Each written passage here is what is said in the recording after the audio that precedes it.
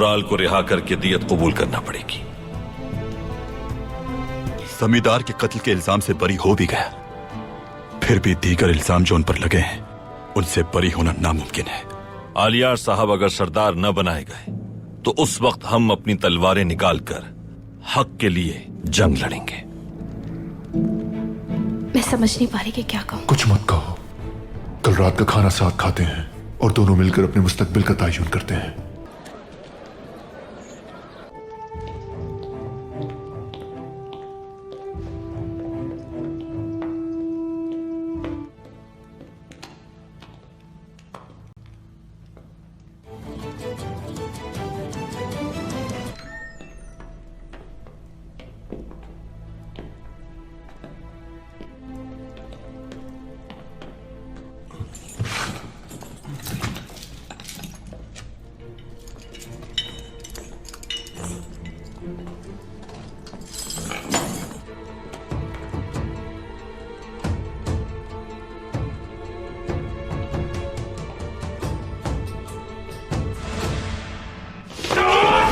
सुरगात!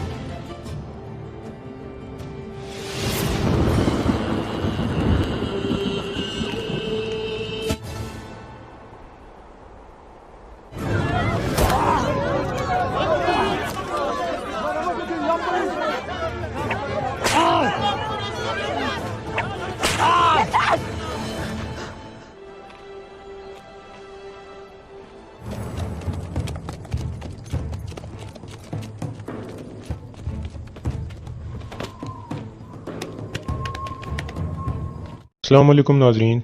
इस किस्त के आगाज़ में अर्तुगरुल अपने साथियों को कहता है, उराल के उकसाने वाले अल्फाज में मत आना।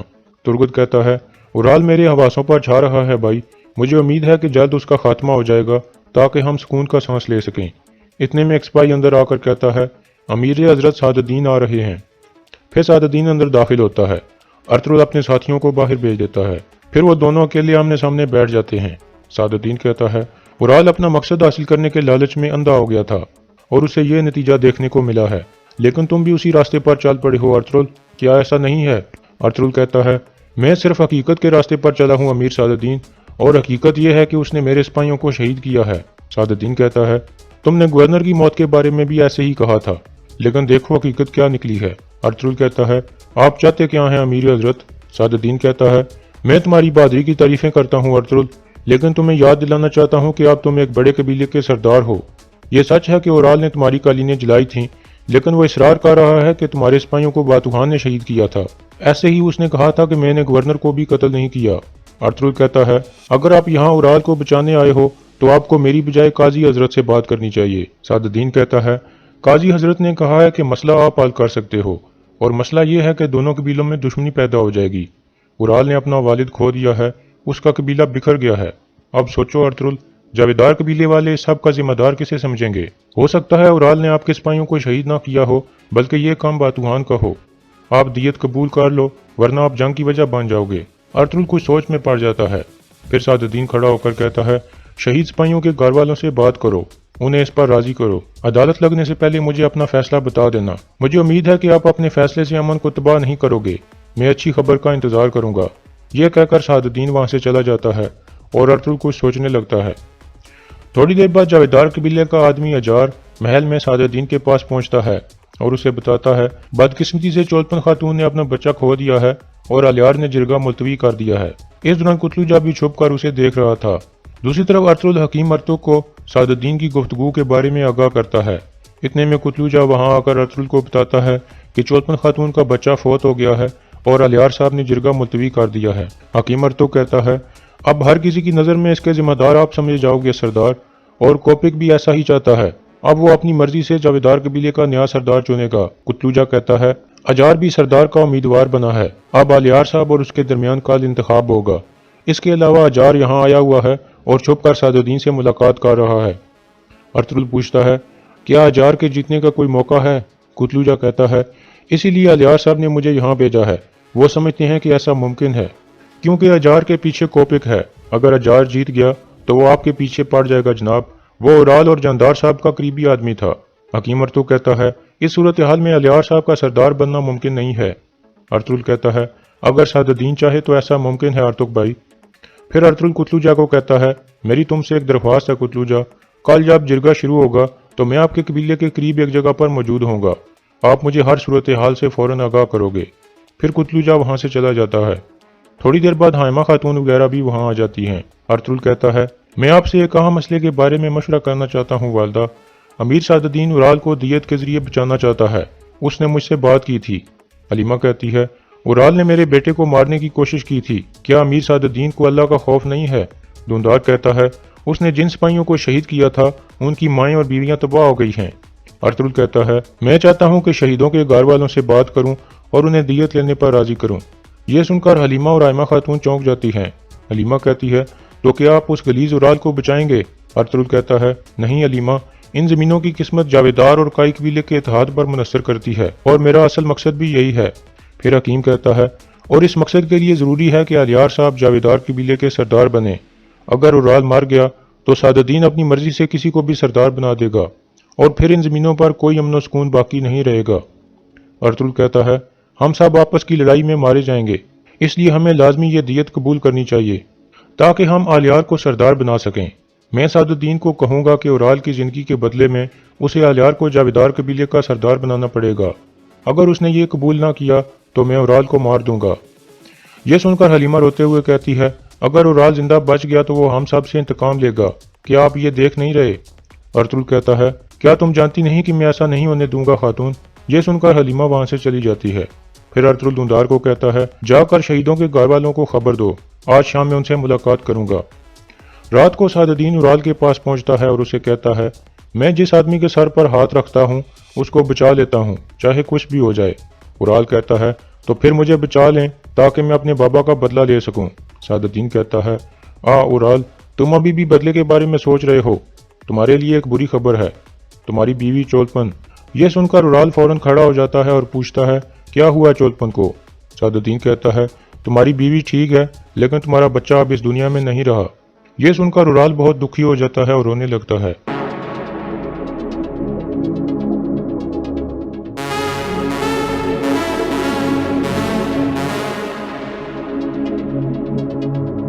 फिर सादुद्दीन वहां से चला जाता है, जबकि उराल शदीद गुस्से में कहता है, मैं आऊंगा चोलपन, मैं जरूर आऊंगा। थोड़ी देर बाद एक सिपाही उसे खाना देने आता है तो वो अचानक उस पर हमला करके गिरा देता है। फिर दो मजीद सिपाही अंदर आते हैं तो वो उनको भी गिरा देता है और कमरे से बाहर निकल जाता है। उराल बाहर आकर आहिस्ता आहिस्ता आगे बढ़ रहा था। इतने में एक सिपाही उसे देख लेता है और जोर से कहता है, सिपाहियों, कैदी भाग रहा है। उराल उसे भी गिरा देता है, लेकिन इतने में मजीद सिपाही आ जाते हैं और उसे चारों तरफ से घेर लेते हैं। उराल कहता है, आओ आओ कमीनों, तुम लोगों ने मेरे बाबा को मार दिया, मेरे बच्चे को मार दिया, मैं तुम सबको कत्ल कर दूंगा।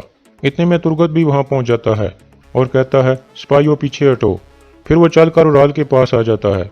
उराल कहता है, सबसे पहले मैं तुम्हें कत्ल करूंगा तुर्गुत। तुर्गुत कहता है, तुम मुझे कत्ल किए बगैर यहाँ से नहीं जा सकते उराल। उराल हंसते हुए कहता है, तो फिर मेरे हाथ खोलो और मैं इस नामुकम्मल काम को ख़त्म करूं। तुर्गत अपना कुल्हाड़ा और टोपी उतारकर शामसा को दे देता है और कहता है, खोलो इसको। एक सिपाही उसके हाथ खोल देता है और फिर उराल हमला कर देता है।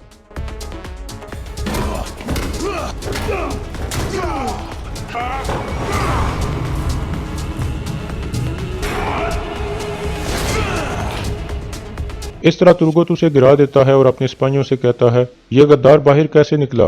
क्या इस तरह तुम लोग हिफाजत कर रहे हो? शामसा कहता है, इसने लाजमी अंदर जाने वाले सिपाही पर हमला किया होगा। तुर्गत कहता है, इसे ले जाओ यहाँ से और जंजीरों के साथ बांध दो। अब से इसे पानी का एक कतरा भी मत पिलाना। फिर सिपाही उसे उठाकर वहां से ले जाते हैं। दूसरी तरफ काई कबीले में अर्तुल ने शहीद सिपाहियों के घर वालों को बुलाया हुआ था और उनसे कहता है, जो लोग जालिम बनने की बजाय मजलूम बनने को तरजीह देते हैं, वो लोग कातिल बनने की बजाय शहीद होने को तरजीह देते हैं। काई कबीले के बहादुर लोगों, मैं जानता हूँ कि हमारे जख्म गहरे हैं, हमने अपने प्यारों को खोया है। वो लोग हमसे जो मांग रहे हैं वो हमारे खून को खुला देता है, लेकिन हम अमन चाहते हैं। हम एक मुसलमान भाई का खून नहीं बहाना चाहते और हम नए दुश्मन नहीं बनाना चाहते। हम नहीं चाहते कि जिन मुसलमान भाइयों को इकट्ठे मिलकर जंग लड़नी चाहिए वो आपस में ही लड़ते रहें। एक औरत कहती है, अर्तुल साहब, कितना सोना मेरे बेटे को वापस ला सकता है? अर्तुल कहता है, किसी ने यह नहीं कहा कि सोना आपके बेटे को वापस ला सकता है। हमारे सिपाही अल्लाह के रास्ते में शहीद हुए हैं, वो अमन और कबीले की सलामती के लिए शहीद हुए हैं। हमारी दियत सोना नहीं बल्कि सुलह और अमन होगा और हम इस अमन को कायम रखने की पूरी कोशिश करेंगे। इस तरह शहीदों के घर वाले रजामंद हो जाते हैं। इसके बाद अर्तुल हकीम अर्तुक और दुंदार के साथ बैठा होता है। हकीम अर्तुक कहता है, अगर कोपिक ने अपना वादा पूरा ना किया और अलियार की बजाय उराल सरदार बन गया तो क्या होगा? अर्तुल कहता है, कोपिक को अपना वादा पूरा करना पड़ेगा। अगर उराल सरदार बन गया तो फिर हम अलियार और कुतलूजा को वहां से निकाल कर ले आएंगे। इसीलिए हम जिरगे के वक्त उनके कबीले के करीब रहेंगे और जरूरत पड़ने पर अपनी तलवारें हरकत में लाएंगे और इंसाफ के नाम पर जंग करेंगे। दूसरी तरफ हेलेना अपने कमरे में मौजूद थी। इतने में वसूलियस उसके दरवाजे पर दस्तक देता है। हेलेना उठकर दरवाजा खोलती है। वसूलियस कहता है, क्या तुम्हारे पास कुछ वक्त है हेलेना? हेलेना कहती है, अंदर आ जाओ वसूलियस। वसूलियस अंदर आ जाता है। हेलेना कहती है, इतनी रात हो गई है, आप यहाँ क्यों आए हो? क्या कुछ हुआ है? वसूलियस घबरा कर कहता है, हाँ एक खबर है, लेकिन अच्छी खबर है। हेलेना पूछती है, क्या खबर है? वसूलियस कहता है, जिंदगी में पहली दफा मुझे एहसास हुआ है कि मैं एक लोहे का टुकड़ा नहीं बल्कि एक इंसान हूँ। ये एहसास मुझे तुमने दिलाया है। तुम्हारे बाबा की वफात के वक्त मुझे ख्याल आया कि तुम चली जाओगी। ये सोचकर मुझे अपने दिल में हल्का सा दर्द महसूस हुआ। फिर मैंने सोचा कि मैं तुम्हें जाने नहीं दे सकता और तुम्हें यही रहना चाहिए ताकि मुश्किल वक्त में तुम मेरे दिल का सहारा बन सको और मरते दम तक मैं तुम्हारा चेहरा देख सकूं। फिर वसूलियत से एक हार निकालकर उसे पहना देता है, लेकिन हेलेना को यह बिल्कुल अच्छा नहीं लग रहा था। फिर वसूलियत कहता है, हम कल शाम के खाने पर मिलेंगे और अपने मुस्तकबिल के बारे में बात करेंगे। फिर वसूलियत शब बखैर कहकर वहां से चला जाता है। उसके जाते ही हेलेना दरवाजा बंद करती है और वसूलियत का हार उतारकर एक तरफ फेंक देती है और काफी परेशान हो जाती है। और यहाँ इस किस्त का इख्तिताम हो जाता है। सुल्तान सलाहुद्दीन रहमतुल्लाहि तआला अलैह पार्ट 20।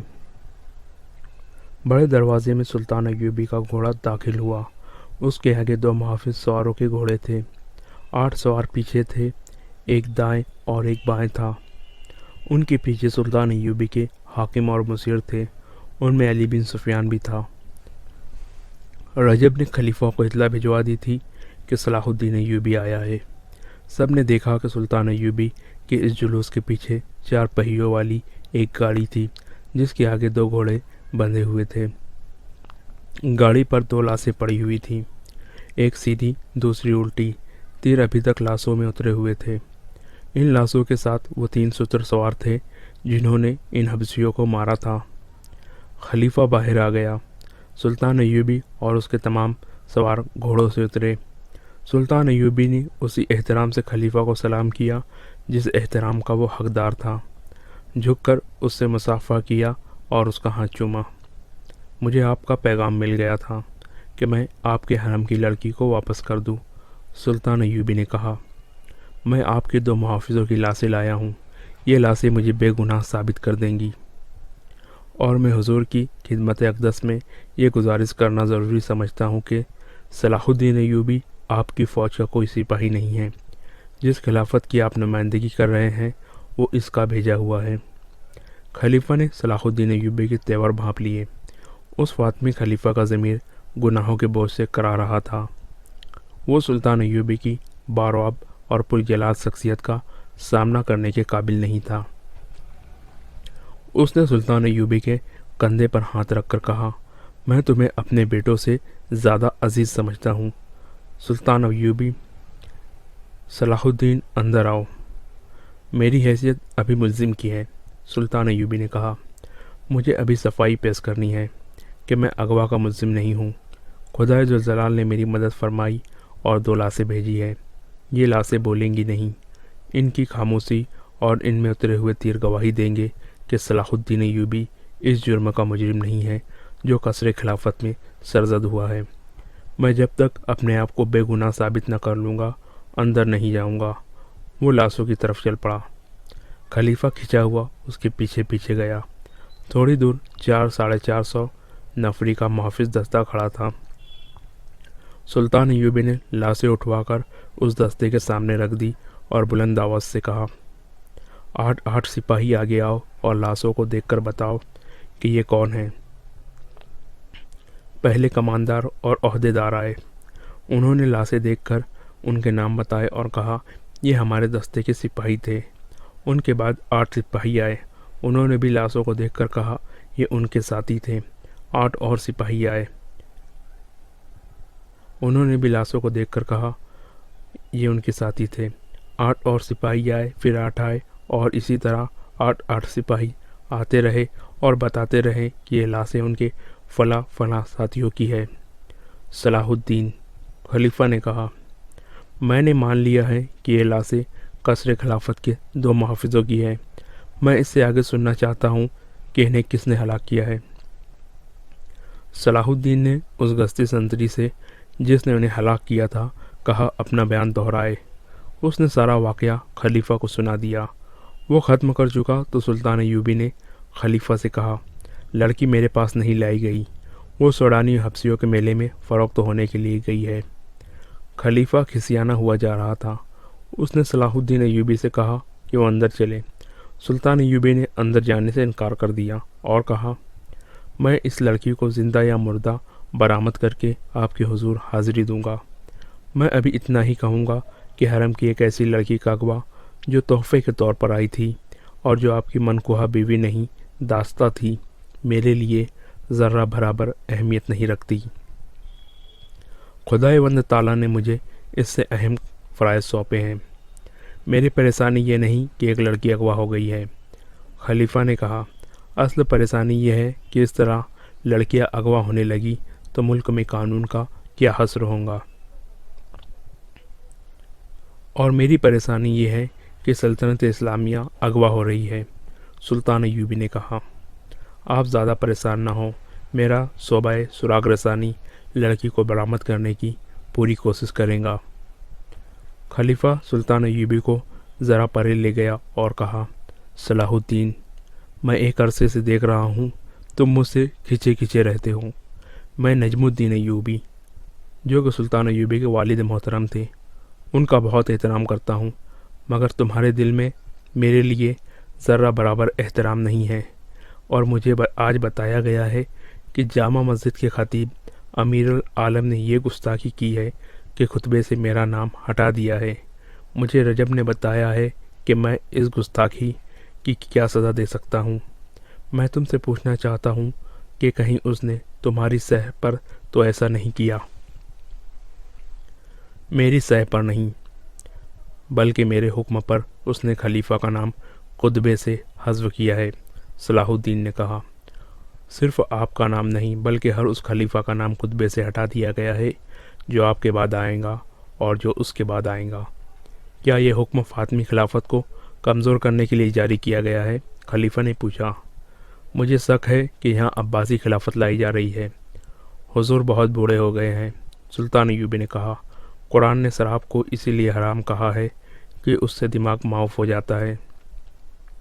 سلطان نے ذرا سوچ کر کہا، میں نے فیصلہ کیا ہے کہ کل سے آپ کے محافظ دستے میں رد و بدل ہوگا اور رجب کو میں واپس لے کر آپ کو نیا کماندار دوں گا، لیکن میں رجب کو یہاں رکھنا چاہتا ہوں۔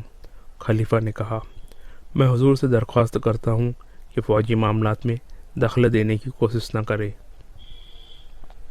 سلطان ایوبی نے کہا اور علی بن سفیان کی طرف متوجہ ہوا جو 5 حبشی محافظوں کو ساتھ لے کر آیا تھا۔ یہ 5 اسی قبیلے سے تعلق رکھتے ہیں۔ علی بن سفیان نے کہا، میں نے اس دستے سے مخاطب ہو کر کہا کہ اس قبیلے کے کوئی آدمی ہو تو یہاں پر باہر آ جائے۔ یہ 5 صفوں سے باہر آ گئے۔ ان کے متعلق مجھے ان کے کمانداروں نے بتایا ہے کہ پرسوں چھٹی پر جا رہے ہیں۔ میں انہیں اپنے ساتھ لے جا رہا ہوں، لڑکی کے اغوا میں ان کا ہاتھ ہو سکتا ہے۔ صلاح الدین نے रजब को बुलाकर कहा, कल यहाँ दूसरा कमांडर आ रहा है, आप मेरे पास आ जाएंगे, मैं आपको मंजनीकों की कमान देना चाहता हूँ। रजब के चेहरे का रंग बदल गया। उम्मे अरारा को घोड़े पर डाले हुए जब वो दो हफ्सी इतनी दूर निकल गए जहाँ उन्हें ताकुब का खतरा ना रहा, तो उन्होंने घोड़े रोक लिए। लड़की एक बार फिर आज़ाद होने को तड़पने लगी। हफ्सियों ने उसे कहा, उसका तड़पना बेकार है, अब अगर उसे वो आज़ाद भी कर देंगे तो इस रेगिस्तान से ज़िंदा नहीं निकल सकेंगी। उन्होंने ये भी कहा कि वो उसे बेआबरू नहीं करना चाहते। अगर उनकी नीयत ऐसी होती तो उसके साथ वैसियों जैसा सलूक कर चुके होते। उम्मे अरारा हैरान थी कि उन्होंने उसे छेड़ा तक नहीं था। उन्हें तो जैसे एहसास ही नहीं था कि इतनी दिलकश लड़की उनके रहम करम पर है। उनमें से एक ने, जो मारा जा चुका था, मरने से पहले उसके सामने घुटनों के बल बैठकर इल्तिजा की थी कि वो तड़प तड़प कर अपने आप को अजियत में न डाले। उम्मे अरारा ने उनसे पूछा कि उसे कहाँ ले जाया जा रहा है, तो उसे जवाब दिया गया वो उसे आसमान के देवता की मलका बनाने के लिए लेकर जा रहे हैं। उन्होंने लड़की की आंखों पर पट्टी बांध दी और उठाकर घोड़े पर बिठा दिया। उसने आज़ाद होने की कोशिश तर्क कर दी। उसने देख लिया था कि ये कोशिश बेसूद है। घोड़े चल पड़े और उम्मे अरारा एक हफ्सी के आगे घोड़े पर बैठी हिचकोले खाती रही। एक जगह रुककर उसके मुंह में पानी डाला गया और घोड़े चल पड़े। बहुत देर बाद खनकी से उम्मे अरारा ने महसूस किया कि रात हो गई है। घोड़े रुक गए। उस वक्त तक उस नाजुक लड़की का जिस्म मुसलसल घुड़सवारी से टूट चुका था। दहशत से उसका दिमाग बेकार हो गया था।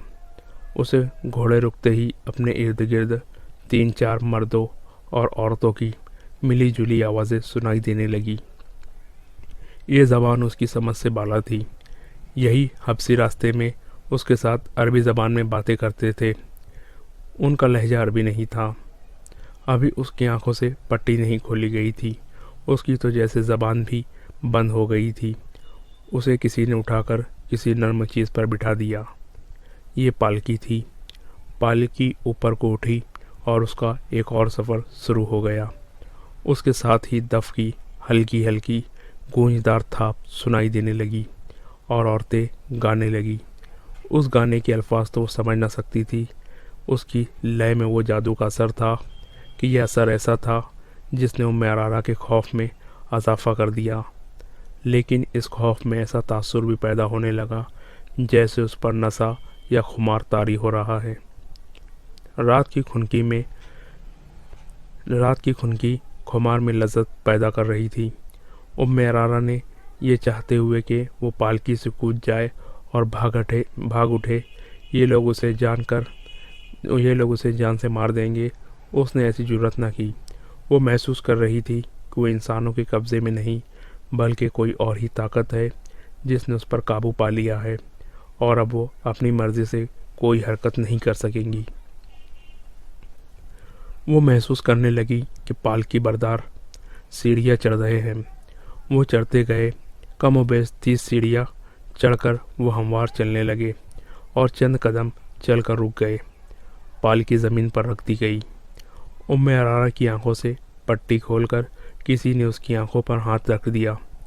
थोड़ी देर बाद उन हाथों की उंगलियां खुलने लगी और लड़की को रोशनियां दिखाई देने लगी। आहिस्ता आहिस्ता हाथ उसकी आंखों से हट गए। वो एक ऐसी इमारत में खड़ी थी जो हज़ारों साल पुरानी नज़र आती थी। गोल सुतून ऊपर तक चले गए थे। एक वसी हाल था जिस पर फर्श रोशनियों में चमक रहा था। दीवारों के साथ डंडे से लगे हुए थे और डंडे के सिरों पर सब मसालों के शोले थे। अंदर की फ़िज़ा में ऐसी खुशबू थी जिसकी महक उसके लिए नई थी। दफ की हल्की हल्की थाप और औरतों का गीत उसे सुनाई दे रहा था। ये थाप और लय हाल में ऐसी गूंज पैदा कर रही थी जिसमें ख्वाब का तासुर था। उसने सामने देखा, एक चबूतरा था जिसकी 8-10 सीढ़ियाँ थी। चबूतरे पर पत्थर के बुत का मुंह और सर था। उसकी थोड़ी के नीचे थोड़ी सी गर्दन थी। थोड़ी से माथे तक का ये पत्थर का चेहरा कदावर इंसान से भी 1.5-2 फुट ऊंचा था। मुंह खुला हुआ था, जो इतना चौड़ा था कि एक आदमी ज़रा सा झुककर उसमें दाखिल हो सकता था। मुंह में सफ़ेद दांत भी लगे थे। यूँ लगता था जैसे ये चेहरा कह कहे लगा रहा हो। उसके दोनों कानों से डंडे निकले हुए थे, जिनके बाहर वाले सिरों पर मसले जल रही थी।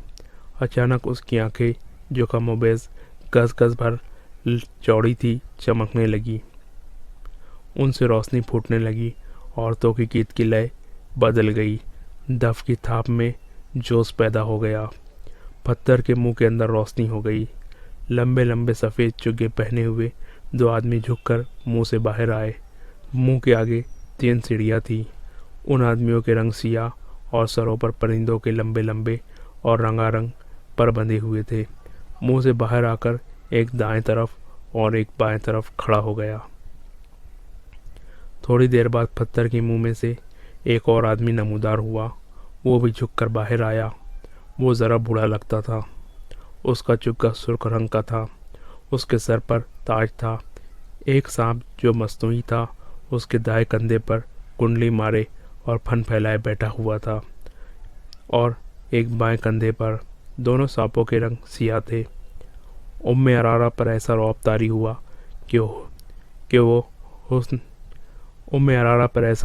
हुआ कि वो सुन होकर खड़ी रही। ये आदमी, जो इस कबीले का मजहबी पेशवा या पुरोहित था, चबूतरे की सीढ़ियाँ उतर आया। वो आहिस्ता आहिस्ता उम्मे अरारा तक आया और दोनों घुटने फर्श पर रखकर उसने लड़की के दोनों हाथ अपने हाथों में लेकर चूम लिए। उसने लड़की से अरबी ज़बान में कहा, तुम हो वो खुशनसीब लड़की जिसे मेरे देवता ने पसंद किया है। हम तुम्हें मुबारकबाद पेश करते हैं। उम्मे अरारा बेदार हो गई। उसने रोते हुए कहा, मैं किसी देवता को नहीं मानती। अगर तुम देवताओं को मानते हो तो मैं तुम्हें उन्हीं का वास्ता देकर कहती हूँ कि मुझे छोड़ दो। मुझे यहाँ क्यों लाए हो? यहाँ जो भी आती है यही कहती है, पुरोहित ने कहा। लेकिन उस पर इस मुक़द्दस जगह का राज खुलता है तो कहती है, मैं यहाँ से जाना नहीं चाहती। मैं जानता हूँ तुम मुसलमानों के खलीफा की महबूबा हो, मगर जिसने तुम्हें पसंद किया है उसके आगे दुनिया के खलीफे और आसमान के फरिश्ते सजदे करते हैं। तुम जन्नत में आ गई हो। उसने चुग्गे के अंदर से एक फूल निकाला और उम्मे अरारा की नाक के साथ लगा दिया। उम्मे अरारा हरम की शहजादी थी। उसने ऐसे ऐसे इतर सूंघे थे जो उस जैसी शहजादियों के सिवा और कोई ख्वाब में भी नहीं सूंघ सकता था, मगर उस फूल की बू उसके लिए अनोखी थी। ये बू उसकी रूह तक उतर गई। उसकी सोचों का रंग ही बदल गया। उसकी नज़रों के ज़ाविये बदल गए। पुरोहित ने कहा, यह देवता का तोहफा है, और उसने फूल उसकी नाक से हटा लिया। उम्मे अरारा ने हाथ आहिस्ता आहिस्ता आगे किया और पुरोहित का फूल वाला हाथ पकड़कर अपनी नाक के करीब ले आई। फूल सूंघकर खुमार आलूद आवाज़ में बोली, कितना दिल नसीन तोहफा है, आप ये मुझे देंगे नहीं? क्या तुमने तोहफा कबूल कर लिया है? पुरोहित ने पूछा। उसके होठों पर मुस्कुराहट थी। हाँ, उम्मे अरारा ने जवाब दिया, मैंने तोहफा कबूल कर लिया है। उसने फूल को एक बार फिर सूंघा और उसने आंखें बंद कर ली, जैसे उसकी महक को अपने वजूद में जज्ब करने की कोशिश कर रही हो। देवता ने भी तुम्हें कबूल कर लिया है, पुरोहित ने कहा और पूछा, तुम अब तक कहाँ थी? लड़की सोच में पड़ गई, जैसे कुछ याद करने की कोशिश कर रही हो। सर हिलाकर बोली, मैं यहीं थी। नहीं, मैं एक और जगह थी। मुझे याद नहीं कि मैं कहाँ थी। तुम्हें यहाँ कौन लाया है? कोई भी नहीं, उम्मे अरारा ने जवाब दिया। मैं खुद आई हूँ। तुम घोड़े पर नहीं आई थी? नहीं, लड़की ने जवाब दिया। मैं उड़ती हुई आई हूँ। क्या रास्ते में सहरा, पहाड़ और जंगल और वीराने नहीं थे? नहीं तो, लड़की ने बच्चे की शौखी से जवाब दिया। हर तरफ सब्ज़ाजार और फूल थे। तुम्हारी आंखों पर किसी ने पट्टी नहीं बांधी थी? पट्टी नहीं तो, लड़की ने जवाब दिया। मेरी आंखें खुली हुई थी और मैंने रंग बिरंगे परिंदे देखे थे, प्यारे प्यारे परिंदे। पुरोहित ने अपनी ज़बान में बुलंद आवाज़ से कुछ कहा। عرارہ کے عقب سے 4 لڑکیاں آئیں. انہوں نے اس کے کپڑے اتار دیے. وہ پوری طرح ننگی ہو گئی. اس نے مسکرا کر پوچھا, دیوتا مجھے اس حالت میں پسند کریں گے؟ پروہت نے کہا, نہیں, تمہیں دیوتا کے پسند کے کپڑے پہنائے جائیں گے. لڑکیوں نے اس کے کندھوں پر چادر سی ڈال دی جو اتنی چوڑی تھی کہ کندھوں سے پاؤں تک اس کا جسم مستور ہو گیا. اس چادر کے کناروں پر رنگدار رسیوں کے ٹکڑے تھے. چادر آگے کر کر ان ٹکڑوں کو گانٹھیں دے دی گئی اور چادر نہایت موزوں چگا بن گئی. عرارہ کے بال ریشم کے جیسے ملائم اور سیاہی مائل بھورے تھے. ایک لڑکی نے اس کے بالوں میں کنگھی کر کے اس کے سانوں پر پھیلا دیے. اس کا حسن اور زیادہ بڑھ گیا. پروہت نے اسے مسکرا کر دیکھا اور گھوم کر پتھر کے محب چہرے کی طرف چل پڑا. 2 لڑکیوں نے عرارہ کے ہاتھ تھام لیے اور پروہت کے پیچھے پیچھے چل پڑی. عرارہ شہزادیوں کی طرح چل پڑی. اس نے ادھر ادھر نہیں دیکھا کہ ماحول کیسا ہے. اس کی چال میں کچھ اور ہی شان تھی. عورتوں کا راگ اسے پہلے سے زیادہ طلسماتی اور پرسوز معلوم ہونے لگا. وہ پروہت کے پیچھے ہاتھ لڑکیوں کے ہاتھوں پر رکھے چبوترے پر سیڑھیاں چڑھنے لگی. پروہت پتھر کے پہاڑ کے منہ میں داخل ہو گیا.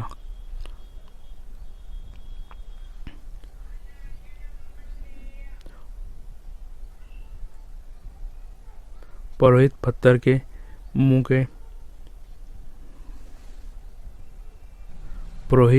پتھر کے پہاڑ جیسے منہ کے چہرے میں داخل ہو گیا. عرارہ بھی 3 سیڑھیاں چڑھ کے پتھر کے منہ میں داخل ہو گئی. دونوں لڑکیاں وہیں کھڑی رہی. عرارہ کا ہاتھ پروہت نے تھام لیا. منہ کی چھت اتنی اونچی تھی کہ وہ سیدھے چل رہے تھے. حلق میں پہنچے تو آگے سیڑھیاں تھیں. وہ سیڑھیاں اتر گئے. یہ ایک تہہ خانہ تھا جہاں قندیلیں روشن تھی. اس کمرے میں بھی مہک تھی. یہ کمرہ کشادہ نہیں تھا. چھت اونچی نہیں تھی. اس کی دیواریں اور چھت درختوں کے پتوں اور پھولوں سے ڈھکی ہوئی تھی. فرش پر ملائم گھاس اور گھاس پر پھول بچھے ہوئے تھے. ایک کونے میں خوشنما سراہی اور پیالے رکھے تھے. پروہت نے سراہی سے 2 پیالے بھرے. ایک عرارہ کو دیا. دونوں نے پیالے ہونٹوں سے لگائے اور خالی کر دیے. دیوتا کب آئیں گا؟ عرارہ نے پوچھا. تم نے ابھی اسے پہچانا نہیں. پروہت نے کہا. تمہارے سامنے کون کھڑا ہے؟ عرارہ اس کے پاؤں میں بیٹھ گئی اور بولی, ہاں میں نے پہچان لیا. تم وہ نہیں جسے میں نے اوپر دیکھا تھا. تم نے مجھے قبول کر لیا ہے. ہاں, پروہت نے کہا, آج سے تم میری دلہن ہو. میں آپ کو اور کچھ نہیں بتا سکتا. میرے باپ نے مجھے بتایا تھا کہ پروہت لڑکی کو پھول سنگھاتا ہے جس کی خوشبو سے لڑکی کے ذہن سے سب کچھ نکل جاتا ہے کہ وہ کیا تھی, کہاں سے آئی ہے اور کس طرح لائی گئی ہے. وہ پروہت کی لونڈی بن جاتی ہے اور اسے دنیا کی گندی چیزیں بھی خوبصورت دکھائی دیتی ہے. پروہت 3 راتیں اسے اپنے ساتھ تہہ خانے میں رکھتا ہے. یہ انکشاف ان 5 سوڈانی افسروں میں سے ایک علی بن سفیان کے سامنے کر رہا تھا جنہیں اس نے خلیفہ کے محافظ دستے سے نکالا تھا. یہ 5 اسی قبیلے میں سے تھے جس قبیلے کے وہ 4 تھے جنہوں نے عرارہ کو اغوا کیا تھا. اپنے ساتھ لے جا کر علی بن سفیان نے ان 5 سے کہا تھا چونکہ وہ اسی قبیلے کے ہیں جو تیسرے سال کے آخر میں جشن مناتا ہے اور وہ چھٹی پر جا رہے تھے, اس لیے انہیں معلوم تھا کہ لڑکی کو کس طرح اغوا ہوئی ہے. ان 5 نے کہا کہ انہیں اغوا کا علم ہی نہیں. علی بن سفیان نے انہیں یہ لالچ بھی دیا کہ وہ سچ بتا دیں گے تو انہیں کوئی سزا نہیں دی جائیں گی. پھر بھی وہ لا علمی کا اظہار کرتے رہے. یہ قبیلہ وحشیانہ مزاج اور کھونکھواری کی وجہ سے مشہور تھا. انہیں سزا کا ذرہ برابر ڈر نہیں تھا. 5 بہت دلیری سے انکار کر رہے تھے. آخر علی بن سفیان نے وہ طریقے آزمائے جو بڑے بڑے پتھر کو بھی پگھلا دیتے ہیں. 5 کو الگ الگ کر کے علی بن سفیان نے انہیں اس جگہ لے گیا جہاں چیخے اور آہ و بکا کوئی نہیں سنتا. مسلسل اذیت اور تشدد سے کوئی ملزم مر جائے تو کسی کو پرواہ نہیں ہوتی. یہ 5 سوڈانی بڑے ہی سخت جان معلوم ہوتے تھے वो रात भर अजियत सहते रहे। अली बिन सुफियान रात भर जागता रहा। आखिर उन्हें उस इम्तिहान में डाला गया जो आखिरी हरबा समझा जाता था। यह था चक्कर सिकंजा, रहट की तरह चौड़े और बहुत बड़े पहिए पर मुल्जिम को उल्टा लटकाकर हाथ रस्सियों से चक्कर के साथ बांध दिए जाते थे और पाँव के टखनों से रस्सियाँ डालकर फर्श में गाड़े हुए कीलों से कस दिए जाते थे। पहियों को ज़रा सा आगे चलाया जाता तो मुल्जिम के बाजू कंधों से और टांगे कोहलुओं से अलग होने लगती थी। बहुत औक़ात मुल्जिम को खींचकर पहिए को एक और जगह रोक लिया जाता था। अजियत का ये तरीका मुल्जिमों को बेहोश कर देता था। शहर के वक्त एक हदेड़ उम्र हफ्सी ने अली बिन सुफियान ने कहा, मैं सब कुछ जानता हूँ लेकिन देवता के डर से नहीं बताता। देवता मुझे बहुत बुरी मौत मारेंगे। क्या इससे भी बढ़कर कोई बुरी मौत हो सकती है जो मैं तुम्हें दे रहा हूँ? अली बिन सुफियान ने कहा, अगर तुम्हारे देवता सच्चे होते तो तुम्हें इस शिकंजे से निकाल न लेते। अगर तुम अगर मरने से डरते हो तो मौत यहाँ भी मौजूद है। तुम बात करो, मेरे हाथ में एक ऐसा देवता है जो तुम्हें तुम्हारे देवता से बचा लेगा। ये सुडानी हफ्सी कई बार बेहोश हो चुका था। उसे देवता तो नहीं, मौत साफ नज़र आ रही थी। अली बिन सुफियान ने उसकी ज़बान खोली और उसे शिकंजे से खोलकर खाना खिलाया और आराम से लिटा दिया। उसने एतराफ़ किया कि उम्मे आरा को उनके कबीले के 4 आदमियों ने अगवा किया था। वो चारों छुट्टी पर चले गए थे। उन्होंने अगवा की रात और वक्त बताया था। ये 5 हफ्सी जो अली बिन सुफियान के कब्ज़े में आए थे उस रात पहरे पर थे। अगवा करने वालों में से 2 को अंदर आना था। उन्हें बड़े दरवाजे से दाखिल करने का इंतज़ाम उन्होंने किया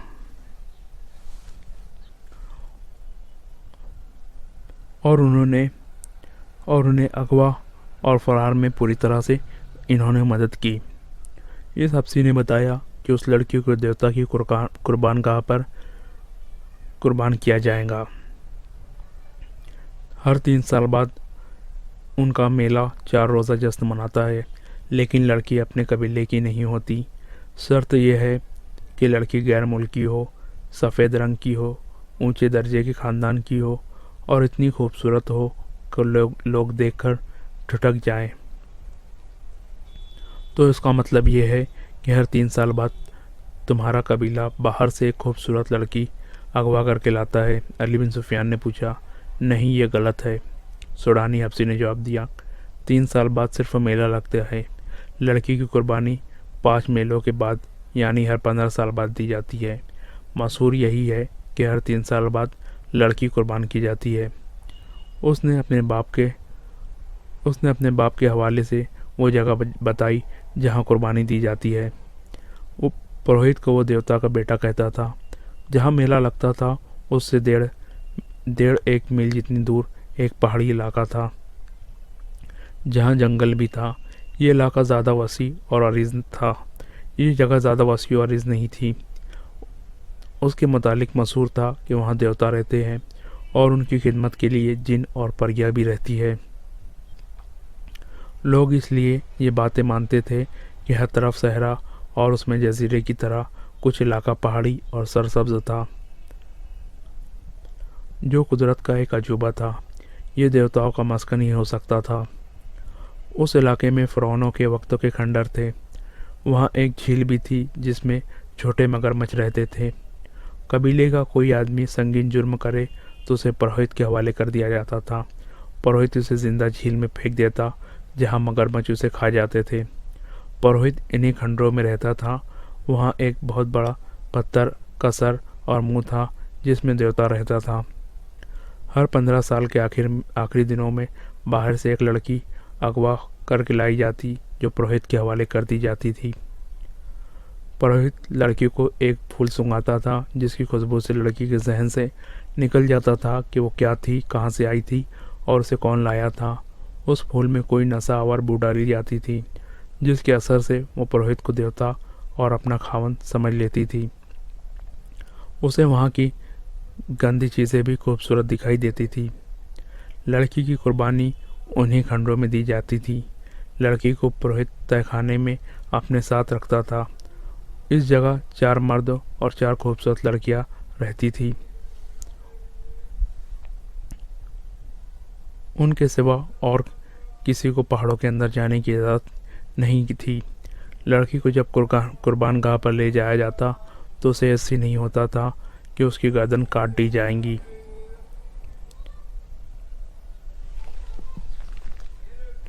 वो फख्र और खुशी से मरती थी।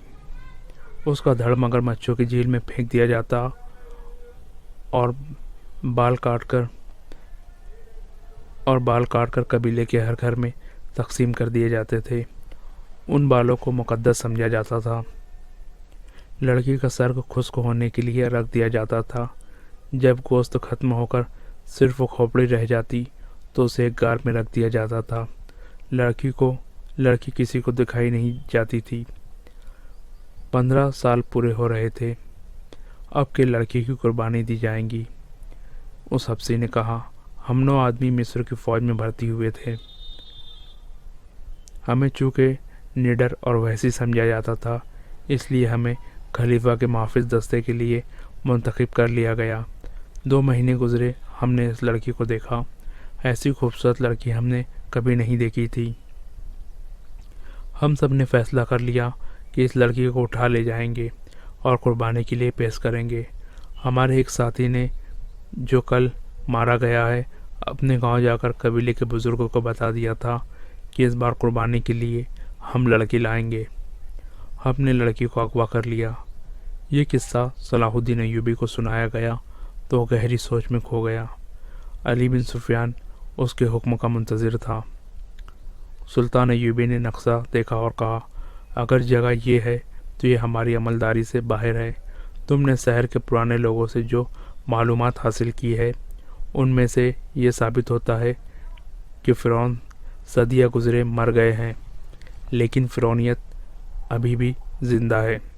बहैसियत मुसलमान हम पर फ़र्ज़ आयद होता है कि हम अगर दूर ना पहुंच सके तो करीबी पड़ोस से कुफ्र और शिरक का खात्मा करें। आज तक मालूम नहीं कितने वालिदैन की मासूम बेटियां कुर्बान की जा चुकी है और उस मेले में कितनी बेटियां अगवा होकर फ़रोख्त हो गई है। हमें देवताओं का तसव्वुर ख़त्म करना है। लोगों को देवताओं का तसव्वुर देकर नाम नहाद मजहबी पेशवा लड़कियां अगवा करवा के बदकारी और अय्याशी करते हैं।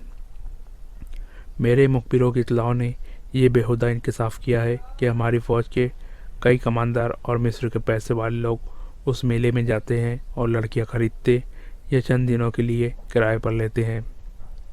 अली बिन सुफियान ने कहा, किरदार की तबाही के अलावा ये खतरा भी है कि सूडानियों की बरतरफ फ़ौज के अस्करी उस मेले में ज़्यादा तादाद में जाते हैं। हमारी फ़ौज और हमारे दूसरे लोगों का सूडानी साबका फ़ौजियों के साथ मिलना जुलना और जश्न मनाना ठीक नहीं। ये मुश्तरका तफरी मुल्क के लिए ख़तरनाक साबित हो सकती है। अली बिन सुफियान ने ज़रा झिझक कर कहा, और लड़कियों को कुर्बान होने से पहले बचाना और खलीफा के हवाले करना इसलिए भी ज़रूरी है कि उसे मालूम हो जाए कि उसने आप पर अगवा का जो इल्ज़ाम आयद किया था वो कितना बेबुनियाद और लघु है।